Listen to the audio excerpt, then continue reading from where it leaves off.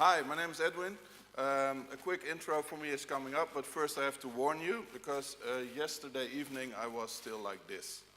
So I have a little bit of a flu. Sometimes I may cough. I hope that it works out for the coming 45 minutes. I narrowed my presentation down just to be sure, so it's not 160 slides, but just 90 this time for 45 minutes. So we should be good. And I was like this when all the other guys were like this, you know? Come on. It's not possible.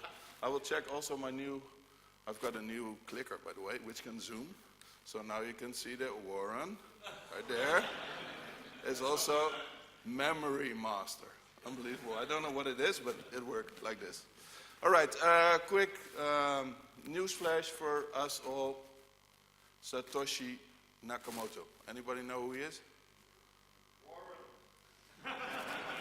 I thought so first. No. But it came out last week that it's not just one guy, you know? It's an evil gathering of corporations. Did you know that? No? I will tell you a secret now. This is it. Samsung, Toshiba, Motorola. So now you know. Fixed. Something new you learned today. Come on. All right, nobody under 15 in the room because some of my slides are pretty terrible. It will give you nightmares. No, it looks good. Okay. I will be giving away some mate. The mate tastes a bit like, if you never used it, it tastes a bit like French cheese, which you have pulled through an ashtray. So that's, yeah, it's true. That's what it tastes like. But you can win it, and if you drink more than 3 bottles, it's awesome. So just keep drinking. And I think Warren will be running. I will do quick quizzes. So for instance, if you see that logo and I ask you questions, like this is a test question. So what is this? Anybody know? Raise your hand if you know it. Over there. The old internet. Well, Warren, this is your first winner. Over there. Practice. You can win. This practice, yeah. So that's it. Now he's won a bottle of mate. It's that easy, you know. So have fun with it. Who am I? I'm an old hacker, as they say. I pushed a lot of buttons when I was a kid. My parents still hate me for that, of course. I played with the old modems. Anybody still know the old modems? Raise your hand if you're old. Come on. Be my. Ah, thank you. I'm not alone this time. Played with BBS's. Got my hacker name in that age. Did a lot with the Hectic, which is an Amsterdam hacking magazine. The police fan, of course. No, it makes no sense. I didn't do anything wrong in my age, of course. I started my own company, but what I always wanted to do was all the hackers I know in all my years. I started hacking when I was about 13. I went to a lot of events. And all the guys and girls I met, I would put them in a room like this. And I will drive in a car, and I will drive in a washing machine or a website and just break it. That's basically what I wanted to do. So in 2016, I started with Zerocopter. And we are basically using hackers around the world to break stuff. It's that easy, and it's fun, and I like it. In 2012-13, in the Netherlands, we have something like the NCSC. I think you have it over here as well. They organize huge events and parties, but hackers from the Netherlands weren't allowed. We weren't just allowed in, which is stupid. So in 2013, we organized our own conference, which is called ALDES, and we got all the people who were flown in and speaking over there just to also speak with us. So we had a bus driving in between and picking them up when they're done talking over there and flew to us. They didn't like it that much, and we had a lot of discussions afterwards, but it did a lot of good for the hacking community, because this year, this happened. I was on the One Conference main stage. So what that gives to me is that hacking is growing, and hacking is getting out of the dark and into the lights, and I think that's awesome. In my free time, I do a Guild of the Grumpy Old Hackers, where we just help little guys who hack and shout about it to be sensible and try to do normal stuff with all the things they find. And I'm a part of the cavalry, where we help medical and automotive companies to be more secure. I don't have these certifications. Does anybody in the room have these certifications? Raise your hand. You're very brave guy. I say, don't worry, you can download them. You know, this one? Just download it. This one, download it. It's all there. You can just, even this one, unbelievable. If you do this one, you don't put it out there. I think you haven't learned enough, but people are still that stupid. And even without those certifications, sometimes you get weird emails, like this one from our State Secretary of Justice, and I was like, oh, what did I do? But in the end, I had to help and assist the EU in talking to them about hackers. And something horrible happened because I had to wear a suit. This is about the one time you will see me in a suit. I'm not happy, you see. Oh, I can zoom. Not happy, not happy. All right, you're not here for that. Let's do a little intro and let's have a little bit of fun. I'm from the Netherlands, and I was very happy to be asked here. I only had one little fuck up, because I came home and I said, well, I'm going to Belfast. I'm going to speak there in September. And my wife, my lovely wife, who was sitting over there, said, September, what day? 7th. And she went like this, and I was like, oh, my brain was racing. What did I do? And then she said, it's my birthday. So I said, that's why you're coming. So she's here. Happy birthday, love. She doesn't like it. But I'm from the Netherlands. We are famous for our tulips. We are famous for our cheese. We are famous for our stupid wooden shoes. I hope you don't have them. And we suck at soccer. Yeah, that's true. We suck at soccer nowadays. We're not good at all. We are good at skating. We are also very good at water management. And we are good at, oh, what? No, not this one. Well, we are a bit of a, we call it gedoogland. That means we allow a lot of shit. So basically the law said, you can't do this, and the policeman said, okay, don't bother. And that's what we are pretty famous for, this one, you know. I don't know if any of you recognize these plants, but in the Netherlands it's pretty common to have a stock of these plants at your home. We also allow this, red light districts. Basically, you can now say hookers. Can we say hookers? Yeah. So we allow hookers and we allow hackers. Yay, we made a bridge, hookers and hackers. And that's what my presentation is about. And basically this is still what you get when you Google hackers. It sucks. I never wear a ski mask when I'm behind the laptop. Do any of you? I don't. We did a pizza eating contest once with ski masks on. It doesn't work. It's pretty messy. We do, of course, wear hoodies, but only because it's useful, you know? Useful. Now, come on, hackers. This is what hackers do. We don't make holes. We just find the holes which are already there. Correct? That's it. That's that easy. If you talk to press, basically try to get this message out there. Maybe they are going to understand that everybody, in my opinion, needs a hacker. And remember, the real enemy are not hackers. Never. Does anybody know what the real enemy of us all is? Try once. Sorry? Clubmate. Well, give him one. Come on. We make him drink on in front Yeah, of everyone? this is going to be a shot. One empty bottle. Now, the real enemy, in my opinion, is this. Time to market. Somebody gets an idea, go to an investor, get a lot of money, build 1 million devices, have them out there as soon as possible before somebody else does, and then think about updates, and then think about security. That is the real issue. We should do something about it. And of course, that's not the only issue. We have additional problems, yeah? Maybe this gives a hint what problem I'm hinting about, but it's people like this, which are still in our company. It's people like this, you know?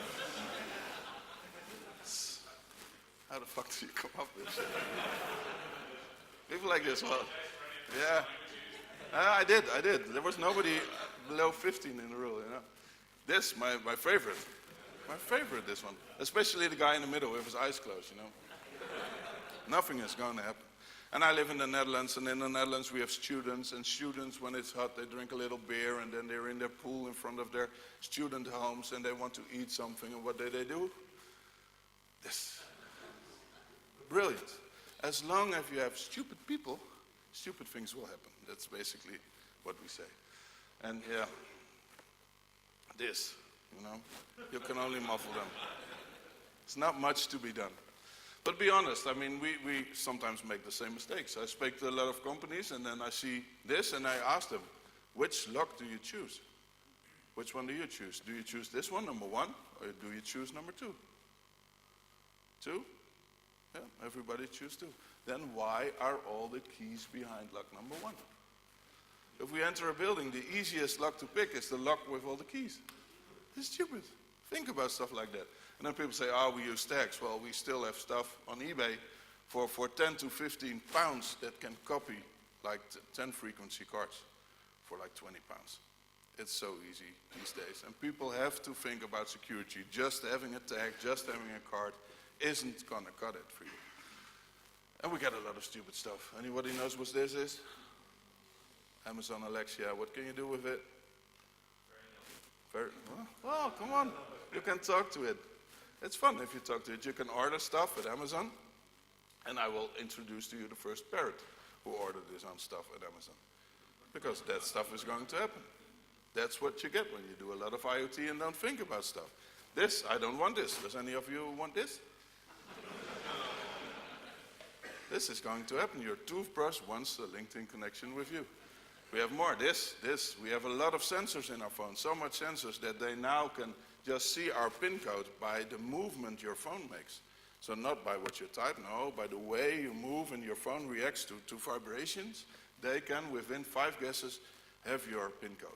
100% of the time. And I think 70% of the time they had it at the first try. Just a little JavaScript in your phone to do stuff like that. Awesome.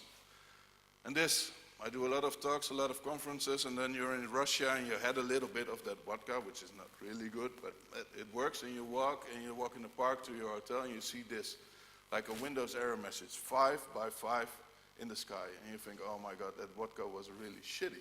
But it's a building. It's just a building. It crashes all the time. In Russia, unbelievable. And you have one in Japan now, which does this. It's perfect. This is what we are building. And this, does anybody know what this is for a bottle of mate? Raise your hand. Raise your hand if you know. Well, basically, she's right. Yeah. What this is a trap. It's a trap for autonomous driving cars. They can drive in, you know, because the lines are broken. They can drive in, but they can never drive out.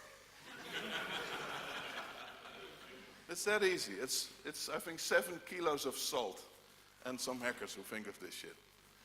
And nobody has thought about it. They have to look, how do you fix shit like this? They don't know. It will be fun in the future for us. I think still, coming back to it, everybody needs a hacker. Responsible disclosure. How many of you have heard of the term responsible disclosure here? A lot. How many are using it actively? A little bit less. How many of you have never heard of responsible disclosure? Oh, nobody dared to raise their hand. I give you a bottle of mate if you raise your hand. No? It doesn't work. I am working like 10 years now for responsible disclosure in the Netherlands. It's in the States called coordinated vulnerability disclosure. Maybe that sounds a better bell for you. But what it does is it says basically, dear people, hacker, researcher, whatever you are, if you find something in my website or product and you think it's a security issue, please tell it to me. Don't go to the press, don't go download a lot of shit, don't go hack in, don't go. If you can access my database, please access 2 records and show me how you did it instead of downloading the whole database and putting it on the line. And if you abide to all those rules, then we won't prosecute you. That's it. And with that gesture, you get the hacking community to help you. And that's what I'm preaching for all my life almost. Does anybody know what this is about? What movie? It's War Games. You want a bottle of mate? Yay. It's good for you. Woo! You already have one. That's almost empty. He actually likes it. Yeah, good. Very good. War Games was basically the first responsible disclosure ever. A hacker finds something, he breaks in, and then he thinks, oh, this might be shitty, and he's going to try to fix it himself. Basically, that's it. You fight to get stuff fixed.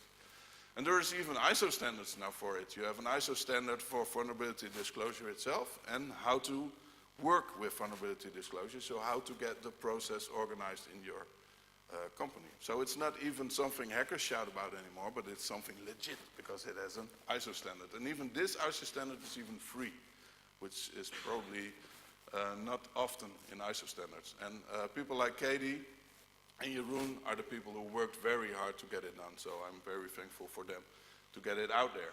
And in the Netherlands, the National Cybersecurity Center even made a policy, even translated it to a lot of languages, arriving at a practice for responsible disclosure. Because in the Netherlands, we have the public prosecutor who even has, it's not really a law, but a guideline that says, well, if a hacker did a responsible disclosure, and even if the company doesn't have a responsible disclosure guideline, but the hacker held to all the rules, we won't prosecute that hacker, which is really awesome. And we're trying to spread that throughout the world to give the hacker community a better race. That's one of the guys responsible for it, by the way. And we have a book, Helpful Hackers. At the end of my presentation, I will give you a free link, and you can just download the PDF version of the book, and it's awesome. It's 19 stories about Dutch hacking and problems they fixed and how it works. So it's really, really something I love. And they translated it now, and basically, once again, if all the questions are positive above, the public prosecutor may refrain from conducting criminal investigations to a hacker. Awesome. This is how it looks for us, and I can use my fancy clicker again. Ooh, you get drunk from this. Do not take advantage. Do not reveal the problem to the press. Do not use weird or physical attacks. Provide sufficient information, and then we will respond within 5 days. And if you followed the instructions above, we will not take any legal action against you. That's it. Please, guys, do it. And in the Netherlands, we are running on point at this. We get a lot of, also from, for instance, France, we get France hackers who give us responsible disclosures at Zerocopter for French companies, which is pretty weird, but they think if we do it in the Netherlands, we won't get prosecuted. It's that easy. So we are now basically a proxy. The Belgians, are there any Belgians in the room? No? They also adopted responsible disclosure. Their government is working on it, but they announced it in the press and forgot to do one thing. They didn't register responsible-disclosure.be, which we did, so it will be fun in the future to talk to the Belgian government. And does it work? No sound. It worked earlier. Where's the sound guy? Okay, everybody sing. Never gonna give you up. No? Come on, have you seen this, by the way? You can use it everywhere, it's awesome. And with sound it was even better, which was supposed to work, but it didn't. So, demo gods, I wish you luck later this evening. So in Holland, most of the times, responsible disclosure is not bug bounties. You all know bug bounties, I guess? That's just paying people. In the Netherlands, it works like this. If you do responsible disclosure, basically you work for shirts. And if you do bug bounties, you will work for money. That's the big difference over here. And one of the guys doing a lot of shit is this one, Victor Gevers. Anybody heard about him? In the Netherlands, he's like the maestro. He worked for, I think, 18 years and did nothing but responsible disclosure. Last year, he took a sabbatical for a year and he worked 15 hours a day just doing responsible disclosures all around the world. It's really, really awesome. And he even got in Parliament to explain how it worked. And he's working now at this one. A lot of Chinese Bitcoin mining machines are openly on the web. I don't know if you've seen it. That's one find he's fixing. And also this one. Any others people in the room? Yeah, it hurt. Some of the Irish people had made a password on SSH, which was now openly available. So you can access all these Irish devices via the internet. And what they do is just clean it up. They contact the companies, they contact the owners, the ISPs, and they say, come on, your address is blocked, and they give you stuff on how to fix it, which is awesome. And he doesn't want any money. He's doing this for 18 years. He just wants to have a safer internet for his kids. That's the only reason he does this. And that's really awesome. And last year he did a lot of vulnerabilities all around the world. And if you look at it, what struck me was that in China, most of the things were fixed within 5 days, which is unbelievable. But later it turned out that they do it because nobody else can then use the stuff. If you look at longest time to fix, it's Russia. But Russia also fixes but don't tell. And if you look at not fixed at all, France is there pretty high, but I don't think they know they have internet yet. So I think that will be in the end. If you're going to do responsible disclosure, by the way, you have to be sure that you know that they will come. You will get a lot of false messages, a lot of phony messages. And I thought it would be fun to take you along in some of these funny things. This is Schubert Philips, a company in the Netherlands. They had 1,000 responsible disclosures last year. And of those 1,000, only 2 were valid. So you get a lot of shit in. We do it for shirts, of course. This is one of my favorite. I hacked KPN, which is our telecom provider, and all I got was this lousy t-shirt. That's the stuff we like, you know. The government even does it. I hacked the Dutch government, and all I got was this lousy t-shirt. And even the Dutch bank, the national Dutch bank, is now giving away prizes for responsible disclosure. And does anybody of you know what they give away? No. That would be awesome, by the way. But they don't. Another hint? Anybody? What would a bank give for responsible disclosure? Nobody? Do you know? Oh, you just don't want to matter. Come on. They're giving away gold bars. Unbelievable. Small ones, and in the end it turned out it's an USB stick. So it sucked. But the idea was nice. And they got a lot of responsible disclosure after this picture. So. All right, I will take you along in some of my tales about stuff we've seen at Zerocopter and companies around us, which should be fun. This one we get a lot. I want to warn you that you have TCP port 3128 open. Anybody in the room? For a matter, what's the port? Come on, over there. No. Yes, it's a reverse proxy. It's over there again. Are you hating me already? I will get you a beer tonight, you know? I will be paying. I won't. So these are people who have a local script proxy and they are port scanning their own networks and then giving us a list of their own open ports internally and saying that we are the problem, which is really, really stupid. I mean, come on. When you hack yourself, have fun.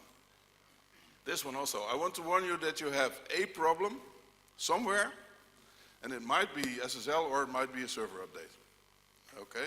So can you be more specific? No, we are just sending these messages out to thousands of people, and we hope that some respond and give us money or shirts. That's basically how they work. That's dragnet responsible disclosures. This one is also fun. A hacker found a website with Schuberg, and they say if any attacker suggests a username and password and found it, then they might enter. Oh wow, wait, so you found a site where you can log in, and if you guess correctly, then you're in. That's a responsible disclosure announcement? Unbelievable, and then even kindly fix as soon as possible. Wow. If you look at the site, it even has two-factor authentication in place, but that's not what they're looking at. They just see the back end. Unbelievable. And this one, yeah, if you're easily shocked, please cover your eyes now for the next pictures. I want to warn you that you are vulnerable to a CVE. This sounds amazing. This sounds interesting. So our researchers go on it and look at the CVE, and then they find that it's a PHP mailer remote code execution. Wow. The only problem is that this is announced on a site that's running Ruby on Rails. What? You know? Are you really, really stupid? Unbelievable. Unbelievable. Paragon password reset was also fun. A guy finds that when I click forgot password, and I will get a reset link, and if I go to that reset link, log in, log out, then my session will still be valid. Which is, okay, a normal announcement. But then Paragon's answer is, like, where are you seeing this? Because we don't have a password reset feature. Okay, so the attacker is thinking, okay, I will help. So he gives us screenshots. Are you ready? Paragon in its definite person. I don't know if you get the hint at the moment, but the link in the end is this. Please reset your password. What do you think Paragon's answer was? Correctly, sorry, we are not responsible for GitHub.com security. It happens. It happens a lot, actually. This one, due to improper configuration, the following directory is open and files are listed. Dovgard, Finland. All right. Well, we will look. Ah, yeah, it's our source tree. Maybe it's supposed to be open.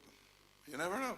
A lot of stuff like this happens, and we get a lot of those messages, so you will be flooded with stuff like this. And if you want to see more, Bug Bounty Phil by Melvin is one of the sites where they gather all the funny stuff, and you will have a lot of laughs. And yeah, basically that's why aliens won't talk to us. Also responses. Our responses can be a lot better. Even from us as companies, we should do a lot better in stuff like this. This one, I don't know if anybody for a bottle of Mate knows where this one hints at. I'm sorry, this is not a box. Thank you, Security Facebook. Nobody? Don't you just like Mate? Come on. It's lovely. It is. I like it, okay. So it was a bug because Khalil eventually, oh, it's bad. It posted it on Facebook and he said, I'm sorry before I can look at it better. I'm sorry for breaking your privacy and post to your wall, Mr. Mark Zuckerberg, but I don't have any other choice. So he found a bug, he posted it to Facebook, and Facebook guy said, well, probably not a bug. And then he just impacted Mark Zuckerberg's own private wall. So also please listen and please check if your vulnerability you get is really legit. This one is also brilliant. Uber closing a not applicational since out of scope. And then the researcher get a little bit pissed. Am I allowed to say all this? Am I allowed to say this stuff?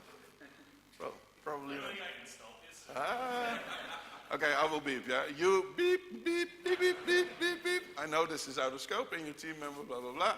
And then in the end, yeah, this is to Uber, yeah? The worst curse word you can give to an Uber guy. You fucking taxi driver. Awesome, awesome, awesome. Unbelievable. No, but seriously, cloud pets. Do you know the story about cloud pets? No. Are you breaking? Are you from cloud pets? I will tell the story about Victor. Victor, the guy you saw earlier, which is a friend of mine, he found some stuff at cloud pets. And he was kind enough, as he does, to warn them about the fact that some of their databases were openly available on the internet. And he did it like this. He said, well, I want to inform you that IP address is running a MongoDB instance which appears to have been not correctly configured as it grants full admin access. This is a responsible disclosure you get from Victor. It looks like this. It's awesome. It's detailed. It gives you all the sets. It says why this is a problem, because a lot of ransom was going on with the databases, and we suggest to check your accounts, see at the stored files, and try to fix it. Very nice email. But if you focus in on the email, you had 821,000 registered users and over 2 million voice messages. And this is toys for kids. You know, you buy a toy, you put it in a room, and it can record what your kid does. You can send messages to your kid. So it's pretty scary stuff. There were even a lot of military stuff in there. And this is what he could do. Just via the internet. No access, nothing. Just connect to the database. You can do anything you want. It's that easy. Now, how many times, for a bottle of matzah, do you think Victor tried to warn his company? Anybody? Come on, we should something. Don't we have beers or something to give away? Maybe they run for beers. 5? No. Higher. Lower? One lower. That's easy. Yeah. I'm sorry. 9 times. 9 times he warned them.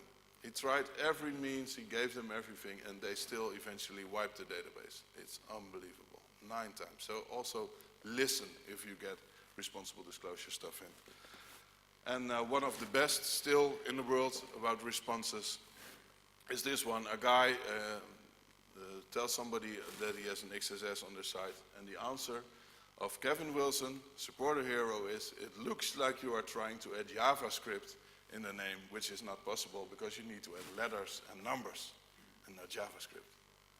That's an answer of an XSS. Come on, guys. This doesn't work that way. If you have an XSS, you should fix it, not give stupid answers like this. Everybody needs a hacker. And do all the hackers, are you all like this? Is everybody working like that? Do we have to be exceptionally brilliant to breaking into other people's computers? No. Alas, we don't have. In the Netherlands, this is still common. You have a form and all the standard forms are all right, but then there are added forms where the developer hasn't thought about stuff and you can just add in PHP code in forgotten forms. And possibly this won't run. This will never give back 4. Oh wait, it gives back 4. Well, if it runs PHP in a form, we could also get stuff like this. It is that easy. This is 15 seconds of work and it's still very common. Also this one, send an e-card. Wow, brilliant, you can send the cards, you can email it, but you can also upload shit. Oh, what should we upload? Should we upload some PHP? It won't work. It will never work. Come on. Oh wait, we are now basically owner of the server. 15 seconds. That's how easy it all is, and that's how easy it stays if we don't do something about it. Beautiful apps, beautiful mobile apps, beautiful servers, beautiful websites, but never look at your API because nobody can access it, right? So as long as that's a mindset, and you can just proxy or burp whatever your way in and just change some details and be owner of stuff, it stays shitty. We have to fix it. Can we fix it? Yes, we can. Do we have Bob the Builder over here, by the way? Yeah? I like him, Bob the Builder. Really a cool guy. The other one as well, by the way. But this is how you fix stuff. You know? Do you know this? OWASP, SKF, Security Knowledge Framework. If you have developers, if you are a developer, if you know developer, please point them at stuff like this. This is free. You can freely use it. You can say, I want to build something new, and people have to log in, and people have to do certain functionality. You just click it, and then you get code samples on how you can fix stuff. It's that easy, and it's free. For instance, XML injection prevention, PHP example, how to prevent it for free. If you use stuff like this in your work, or if you point people at them, then in the end, we will all be a lot safer. So what have we learned in the last couple of years? With Zerocopter, well, mostly this. A lot of people need still clarification, because they build beautiful things, but have no clue about security. So it's up to you guys, and to all of us, to clarify to those guys that security is a thing. And also, a lot of people are still not ready for responsible disclosure, and you have to do that in a slightly polite manner. We have a lot of things where we work with CISOs and team leads, and they are very happy to work with us. And then in the end, the signature has to be done by a board of directors, and there's a guy in a suit with like 70 years old cigar, and he says, hackers, no way, and it's gone again. So you have to educate people to make sure that hackers are pretty sweet and can help. Explain responsible disclosure to companies, explain it to hackers, and please explain it also to your government. Because the more everybody adapts things like that, in the end we will be a lot safer. And we can even benefit a lot from it. If you look at these stats, these are stats about hackers and hacks, and it's like 5% of all the hacks and hackers are done by honor. So responsible disclosure, people like Victor Gevers, in the 5%. 30% is espionage.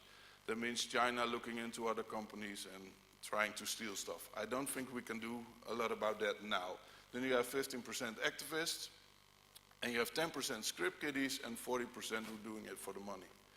Now what if we can do bug bounty raising and responsible disclosure so that these 40% don't have to go to the dark side? They can make enough money by just doing bug bounties.